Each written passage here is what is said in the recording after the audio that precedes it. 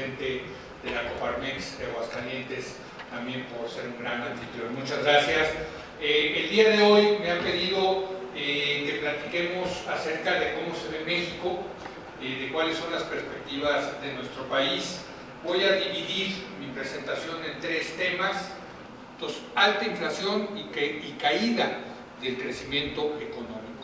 Y bueno, pues lo que pasó es que durante los 80s y los 90s tuvimos que reconstruir el edificio de la economía mexicana con dos nuevos pilares. Ahora, yo no tengo absolutamente nada en contra de la deuda. Yo creo que la deuda es un estupendo instrumento que inventó el capitalismo para mejorar la productividad y competitividad de las personas, de las empresas o de los países. Yo he entrevistado al secretario Ildefonso Guajardo y es muy claro al decir: si quieren aranceles o cuotas, no va a haber, se levanta de la mesa en México, no va a haber una negociación de este tipo. Lo cual, desde luego, tendría el efecto de generar mucha incertidumbre para el país. El tercer escenario es el que Estados Unidos establezca lo que se llama el Border Adjustment Tax, que es el impuesto de ajuste fronterizo. No los voy a aburrir explicándoles qué es el Border Adjustment Tax, porque es una especie de IETU combinado con IVA, en fin, es algo muy sofisticado, pero si ponen un Border Adjustment Tax, México lo que puede hacer es aplicar lo mismo, es decir, tú me aplicas un Border Adjustment Tax, pues yo te aplico un Border Adjustment Tax, y el efecto es neutral para el país. O México puede decir que el Border Adjustment Tax es un arancel disfrazado y demandar a Estados Unidos a través de las reglas de la Organización Mundial de Comercio. El efecto para México es negativo en el corto plazo y neutro en el mediano plazo si efectivamente nosotros respondemos con el mismo Border Adjustment Tax. Cuarto escenario, que se acabe el Tratado de Libre Comercio. Y hoy quiero decirles que hay una noticia, hay un rumor de que el presidente Trump mañana va a firmar una orden ejecutiva diciendo que va a salirse del Tratado de Libre Comercio. Por eso hoy se devaluó el tipo de cambio en alrededor del 2% frente a ese rumor. ¿Se puede salir Estados Unidos del TLC? Sí. Ahora, ¿qué pasaría si se sale de Estados Unidos del TLC? Pues lo que pasaría es que nuestra relación comercial de México con Estados Unidos pasaría a ser regulada por las reglas de la Organización Mundial de Comercio. Ambos países pertenecemos a la OMC. La diferencia es que en México tenemos el estatus de nación más favorecida, lo cual significa que ellos nos pueden poner un arancel de no más del 3% y nosotros les podemos poner aranceles hasta del 30% a sus productos. Es decir, llévalas de ganar México si nos pasamos a las reglas de la OMC. Si nos ponen un arancel del 3%, pues con lo que se ha devaluado el tipo de cambio perfectamente las exportaciones mexicanas pueden seguir siendo competitivas. Sería negativo este escenario para México, pero manejable, hay que decirlo. Si se acaba el TLC y nos pasamos a las reglas de la OMC, es perfectamente manejable. La pregunta es: ¿cuál de estos 5 escenarios es el más plausible? Bueno, si se imponen los pragmáticos, la gente moderada, la gente sensata, son pocos, pero hay ahí adentro del gabinete de Trump este tipo de funcionarios. En resumen, en conclusión, nuestros dos pilares que habíamos construido del edificio de la economía mexicana están amenazados. ¿Y qué significa esto en el corto plazo? Menos crecimiento y más inflación. Menos crecimiento, estamos previendo un crecimiento de entre el 1 y 2% este año y quizás del 2% para el año que entra. Y en términos de inflación, este año no se va a cumplir la meta de inflación del Banco de México de entre 3 y 4%, sino que vamos a estar por arriba del 5% y quizás podamos regresar en el 18 a niveles de entre 3 y 4% desde luego dependiendo cómo acabe la negociación del Tratado de Libre Comercio. Así está la economía el día de hoy, porque están amenazadas sus dos pilares. Déjenme paso al segundo tema, la política rumbo a las elecciones del 18. ¿Cómo vamos a llegar el próximo mes de junio del 18 a las elecciones? Primero que nada, una pésima noticia. Vamos a llegar con otra vez un repunte importante de la violencia en el país. De hecho, ya el primer trimestre de este año tuvimos homicidios relacionados con el crimen organizado similares al del peor trimestre del sexenio del presidente Calderón, que fue el segundo trimestre del año 2011. Ustedes pueden ver cómo desde el 2014 viene creciendo la violencia otra vez en el país. Algunas entidades que ya habían resuelto su problema de violencia, como Baja California, otra vez está regresando la violencia. Hay nuevos casos de violencia en Guanajuato, en Baja California Sur. Colima es el estado más violento del país, tiene tasas de homicidio semejantes a las de El Salvador. En fin, otra vez se nos está descomponiendo la inseguridad en el país. Segundo, vamos a llegar con un presidente muy impopular. El presidente más impopular del que se tenga memoria desde que se empezaron a levantar encuestas. Hoy solamente el 21% aprueba la manera de gobernar del presidente Peña Nieto y hay un 73% que reprueba la manera en cómo está haciendo su trabajo el presidente Peña Nieto. Y en tercer lugar, vamos a llegar con un hartazgo de la ciudadanía con los tres partidos grandes por el tema de la corrupción.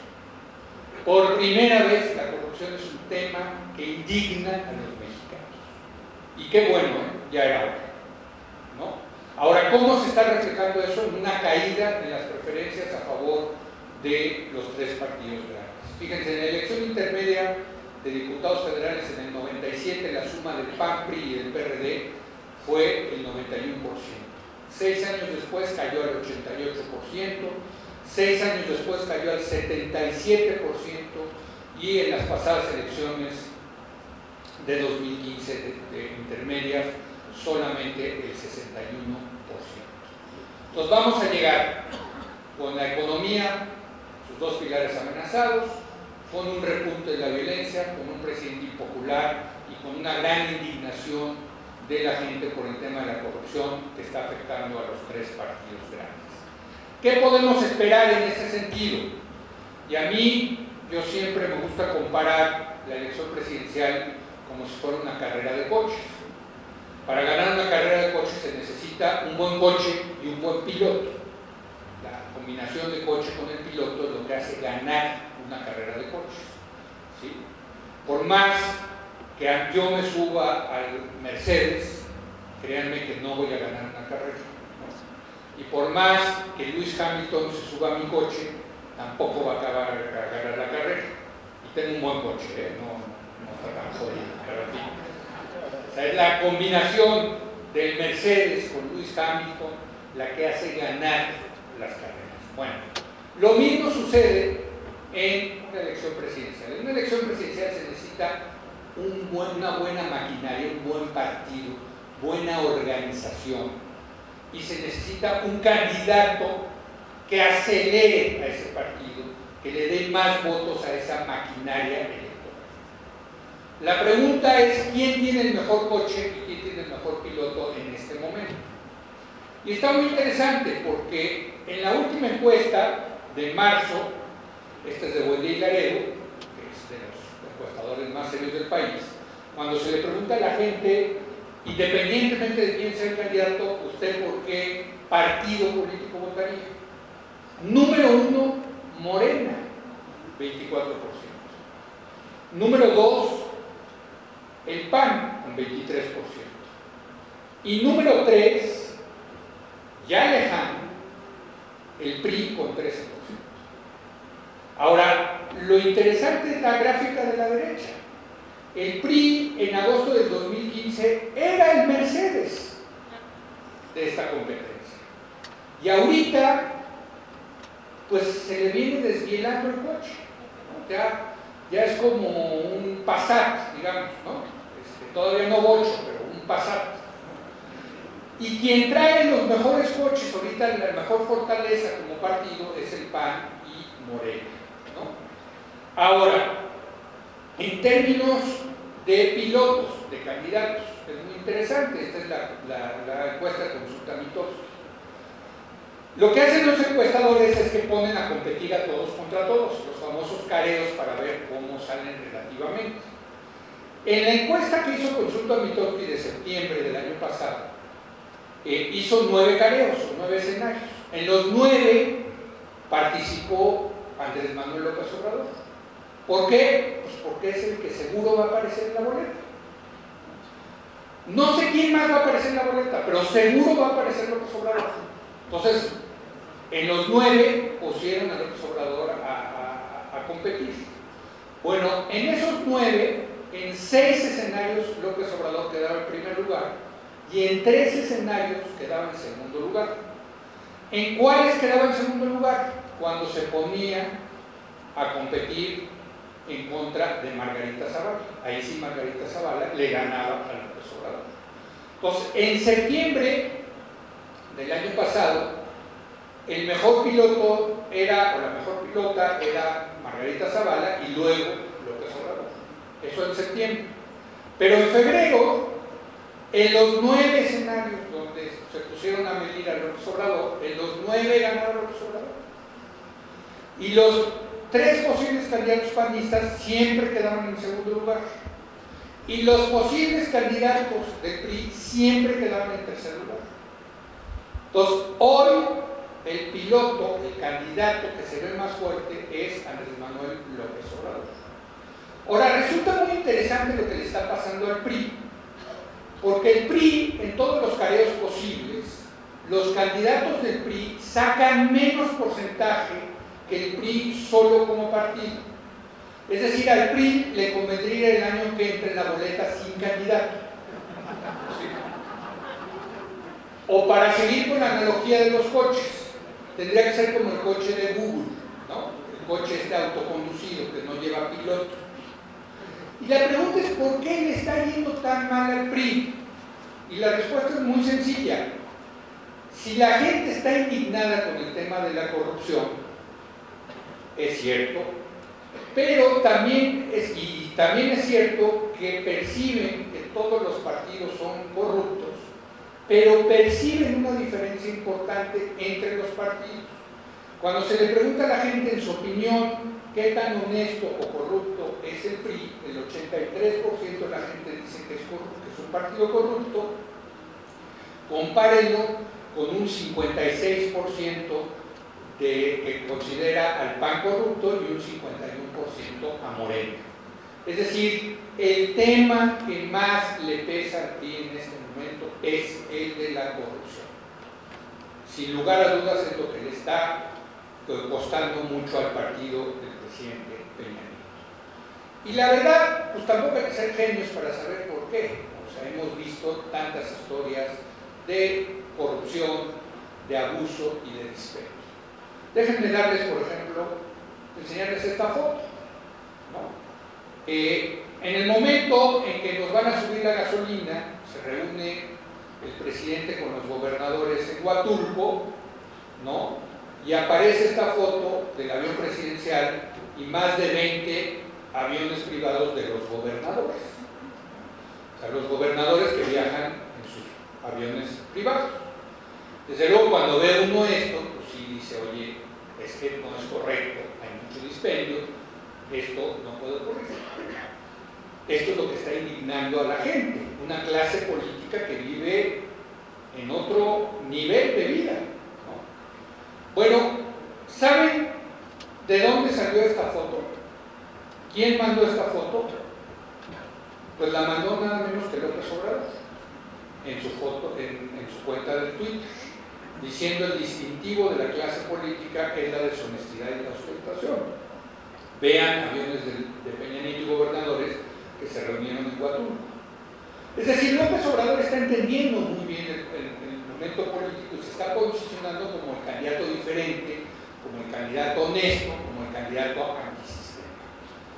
¿Quiere decir que ya ganó López Obrador? De ninguna manera. Nada más vean la gráfica de abajo, que es la gráfica de lo que tenía en las encuestas López Obrador en febrero del año 2005, es decir, un momento igual de ahorita para el 18, pero en la elección del 2006. Y iba todavía más alto López Obrador en ese momento. Y sin embargo, López Obrador durante toda esa elección del 2006 fue bajando, y ya sabemos que acabó perdiendo en el 2006 la elección por menos de un punto porcentual, pero la perdió por una razón, porque el peor enemigo de López Obrador es López Obrador. Y es como algo así como freudiano, de que tendría que ir al psicólogo, pero en cuanto empieza a ganar, él se empieza a autodestruir, ¿no? Se empieza a cometer errores. Porque nos preguntamos, bueno, ¿qué demonios está pasando en el mundo? ¿Cómo explicamos el Brexit? ¿Cómo explicamos a Donald Trump? ¿Cómo explicamos el gran apoyo a Marine Le Pen, que afortunadamente va a perder, pero es otra historia? ¿Qué está pasando en el mundo? ¿Por qué la gente está tan enojada con los políticos tradicionales? Y déjenme, vamos a tratar de entender qué está pasando, qué pasó en Estados Unidos. ¿Cómo es posible que haya ganado un barbaján, un ignorante como Donald Trump, un populista, un demagogo como Donald Trump? Bueno, es muy importante en este mapa ver dónde ganó Donald Trump, qué es lo que hizo que llegara a ser presidente de Estados Unidos.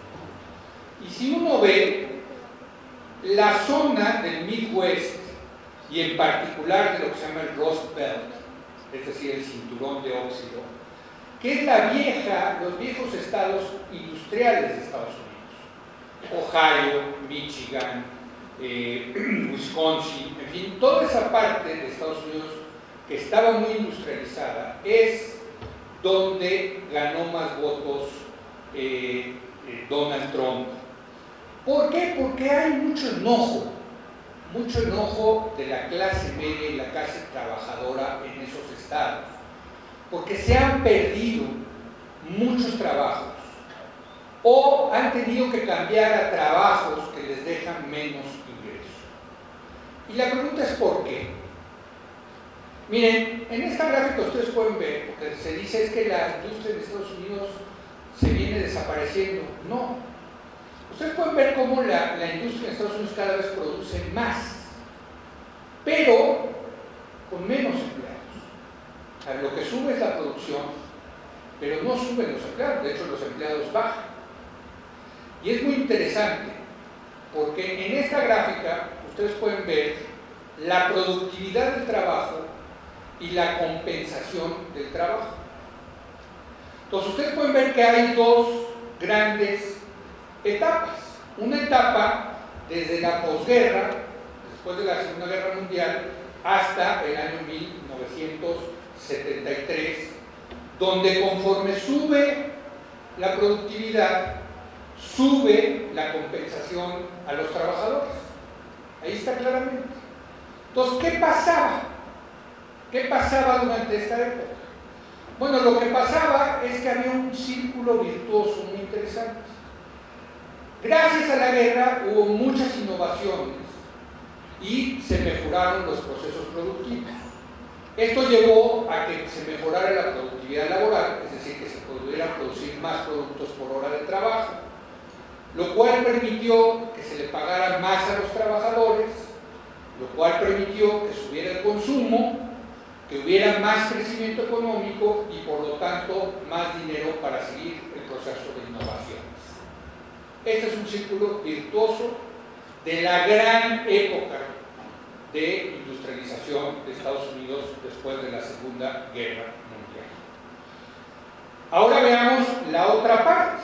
¿Qué ha pasado desde 1973, donde crece la productividad pero no las compensaciones. ¿Qué es lo que pasó? Bueno, pasó esto, que en el año 1958 este señor, el señor Kilby, el dueño de Texas Instruments, inventó el famoso circuito integrado, que es lo que permitió los chips, ¿no?, de las computadoras. Y eso, para el año 73, empezó a verse reflejado en los procesos productivos. Miren esta foto. La línea de ensamblaje de una fábrica automotriz se veía así antes. Hoy se ve así. ¿Sí? Ya no hay un solo trabajador. Ya son puros robots los que ensamblan los coches. Entonces, ¿qué ocurrió? Que se acabó este círculo virtuoso del que les hablé y empezó una nueva dinámica. ¿Cuál es la nueva dinámica? La innovación a través de la automatización de los procesos productivos, en donde se permitió que cada vez hubiera más robots y menos trabajadores. Aquí ustedes pueden ver cómo viene creciendo año tras año la cantidad de robots industriales, de la oferta de robots industriales que hay en el mundo. Y eso ha hecho que cada vez haya menos ingreso de la clase trabajadora que antes capturaba el 65% de los ingresos en Estados Unidos, ahora captura menos del 58%, pero también permitió subir las utilidades al capital, a los dueños de las fábricas, a los dueños de los robots, porque los robots no cobran sueldo, no pagan impuestos, no pagan seguro social y llegan todos los lunes a trabajar, ¿no? Entonces, eso ha hecho que estemos en las ganancias récords de las empresas, de las utilidades de las empresas como porcentaje del Producto Interno Bruto. Ahora, menos ingreso a los trabajadores y más ingreso a los capitalistas, lo que ha hecho es que haya una creciente desigualdad y un estancamiento de la clase trabajadora y media en Estados Unidos. Y lo vemos clarísimamente. ¿Cuál es el ingreso que más ha crecido? El de los más ricos. El de las clases medias y las clases trabajadoras se ha estancado o incluso bajado. Ahora, el problema aquí es que la robotización, ahora unada a la inteligencia artificial, hace que peligren más empleos, ya no solamente de industrias, sino también de servicios. Fíjense ustedes, esta noticia acaba de salir en septiembre del año pasado. En esta noticia dicen que una alianza entre Uber y Anheuser-Busch, que es la cervecera más grande de Estados Unidos, hizo la primera distribución de cervezas en un tráiler sin chofer. Es decir, iba autoconducido ese tráiler. ¿Sí? Se pueden meter a ver en el YouTube, pueden ver cómo va manejando el tráiler solito. Salió de la fábrica y la llevó al centro de distribución sin un chofer. ¿Qué quiere decir esto? Que van a desaparecer todos los choferes. ¿Cuántos millones de choferes hay en Estados Unidos? Pues van a desaparecer los choferes por la robotización. De hecho, estos dos economistas hicieron en 2013 un paper donde dicen, calculan el riesgo que tienen todas las profesiones de desaparecer por la disrupción tecnológica, por la robotización. Hay unos que tienen más probabilidad de desaparecer, otros que tienen menos probabilidad de desaparecer. De hecho, los invito, pueden entrar a la BBC, hizo un sitio de internet muy interesante a partir de este paper, en donde ustedes pueden poner el tipo de profesión que se tiene, el tipo de oficio, y ver cuál es la probabilidad de que desaparezca esa profesión en los próximos años, ¿no? Por ejemplo, aquí les doy un ejemplo. Puse ahí, ¿qué probabilidad tengo si soy un asistente o un vendedor en una tienda minorista? ¿Qué probabilidad tiene de desaparecer mi trabajo en los próximos años? ¿Cuánto creen que es la probabilidad de que desaparezca este trabajo de vendedor en una tienda minorista? Del 95%. ¿Sí? Y bueno, nada más en el Reino Unido, de la Gran Bretaña y Irlanda del Norte hay más de 1 millón de personas que trabajan en eso. Ese trabajo va a desaparecer. Entonces, la creciente desigualdad y estancamiento de las clases trabajadoras y media por la robotización ha llevado a que estén enojados. Hay un gran enojo social en los países desarrollados y en vías de desarrollo, precisamente por esta robotización, lo cual ha llevado a votar a favor de políticos demagogos y populistas. Porque el señor Trump, en lugar de echarle la culpa a los robots, le echa la culpa a China y a México de la pérdida de empleos. Y es muy claro, porque es muy fácil. Para los políticos necesitan encontrar chivos expiatorios, que sean de verdad, no robots. Si se sube el señor Trump y dice es que la culpa son de los robots, pues nadie vota por él. Si dice en cambio que la culpa la tienen los chinos y los mexicanos, entonces la gente que les mueve mucho esas emociones sí le hacen caso. Pero el problema no es China ni México, el problema son los robots y cada vez hay más historias al respecto. Y la pregunta, déjenme, ¿se acuerdan? Les enseñé este mapa de dónde ganó Donald Trump, ¿se acuerdan? De los estados industrializados. Bueno, comparen este mapa de dónde ganó Trump con este mapa de dónde ha sido que han colocado más robots en la industria en Estados Unidos. Y es el mismo mapa, donde más robots, donde más se ha robotizado las industrias, más la gente votó por Trump. Bueno, ¿qué es lo que quieren ese electorado? Ese electorado lo que quiere es regresar a la época de oro de Estados Unidos después de la guerra en 1973.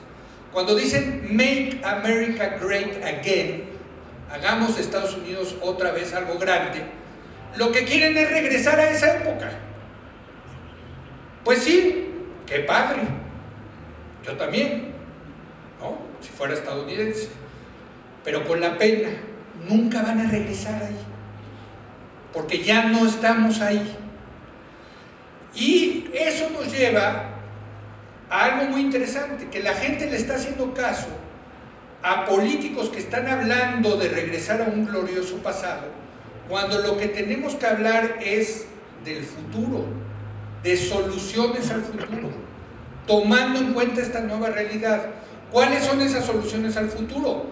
Ya se empieza a hablar de algunas soluciones, les doy unos ejemplos. Disminuir la jornada laboral semanal. En lugar de trabajar 40 horas, 15 horas. De tal suerte que puedan entrar más gente al mercado laboral. Segundo, invertir más en entretenimiento. Si cada vez va a haber menos trabajadores, pues la gente va a necesitar entretenerse en algo. Por ejemplo, el turismo va a ser un gran generador de empleos y un gran motor económico en un mundo cada vez más robotizado. Tercero, se empieza a hablar de darle a la gente una renta básica garantizada para toda la población. Sí, regalarle dinero a la gente para que pueda consumir. En algunos países ya se habla seriamente de esto, que el Banco Central emita dinero y le dé a cada mexicano, por el solo hecho de ser mexicano, $10,000 al año. ¿Por qué? Pues porque si no, ¿de dónde van a sacar dinero? Ahora, lo cual nos lleva a pues, este concepto de ojalá el dinero fuera gratis. ¿De dónde va a salir el dinero? Pues empecemos a pensar en ponerle impuestos a los robots. Si antes le poníamos impuestos a los trabajadores para pagar ahí la educación, la salud, en fin, los bienes públicos, pues ahora pongámosles impuestos a los robots. Bueno, esto lo que les quiero decir es la agenda del futuro. Esto es la agenda del futuro. Y para México es muy importante, porque la agenda del futuro para México es muy importante en un momento donde están amenazados sus dos pilares de la economía mexicana.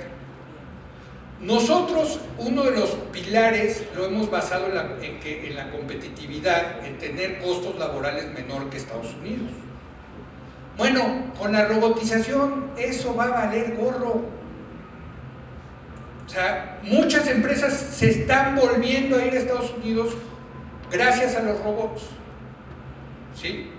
Porque con todo, un robot sale más barato que un trabajador mexicano, ¿sí? Entonces, este es el tipo de preguntas que nos debemos de hacer. ¿Qué va a hacer México frente a esta realidad, esta nueva realidad de la disrupción tecnológica, con aparte sus dos pilares amenazados? Lo cual me lleva a terminar esta participación del día de hoy con ustedes, con el tema de quién está viendo hacia atrás y quién está viendo hacia adelante de los posibles candidatos presidenciales. Desde luego está López Obrador, y yo, por cuestiones laborales, tuve que leerme su libro, 2018, La Salida, y yo cuando leo las propuestas de López Obrador, lo que veo es un político del siglo XX, no del siglo XXI. López Obrador está pensando en el pasado. Por ejemplo, tiene una gran obsesión con la industria del petróleo. Como tabasqueño que es, trae esa obsesión de qué hacer con el petróleo. Perdón, el petróleo es una cosa del pasado. En 100 años no va a haber economía del petróleo. No. En lugar de estar hablando de las nuevas tecnologías y de las nuevas energías, este hombre está obsesionado por decir que el Estado tiene que tener el control del petróleo, ¿no? Bueno, ese es un debate de los años 50 del siglo pasado, no de ahorita, ¿sí? Y muchas de esas propuestas que vemos en el libro de López Obrador está viendo hacia atrás, no está viendo hacia adelante. Ahora, digo, bueno, ok, vamos a ver a los otros. ¿Qué piensan los del PAN? Los tres posibles candidatos del PAN. Pues no lo sé, porque no hay libro de los tres candidatos del PAN, ¿no? ¿Qué piensan los posibles candidatos del PRI? Pues tampoco lo sé, porque para empezar están tapados, ¿no? En la gran tradición priista de tener tapados a los candidatos, ¿no? Y pues como están tapados, pues no pueden escribir libros diciendo qué ideas tienen. Entonces tampoco lo sé. Tampoco lo sé los posibles candidatos del PRD, ni tampoco lo sé de los posibles candidatos independientes. Es decir, sabemos lo que quiere López Obrador, de los demás, la verdad no sabemos qué quiere, ¿no? Y ese es uno de los temas que a mí me parece fundamentales para la próxima elección. ¿Cuál de los candidatos va a entender el momento que está viviendo el mundo y cuál de los candidatos va a proponer algo hacia adelante, ver hacia adelante con esta nueva realidad de las disrupciones tecnológicas, y no cuál candidato es el que está viendo hacia atrás? Y con esto termino mi participación. Muchas gracias por su atención.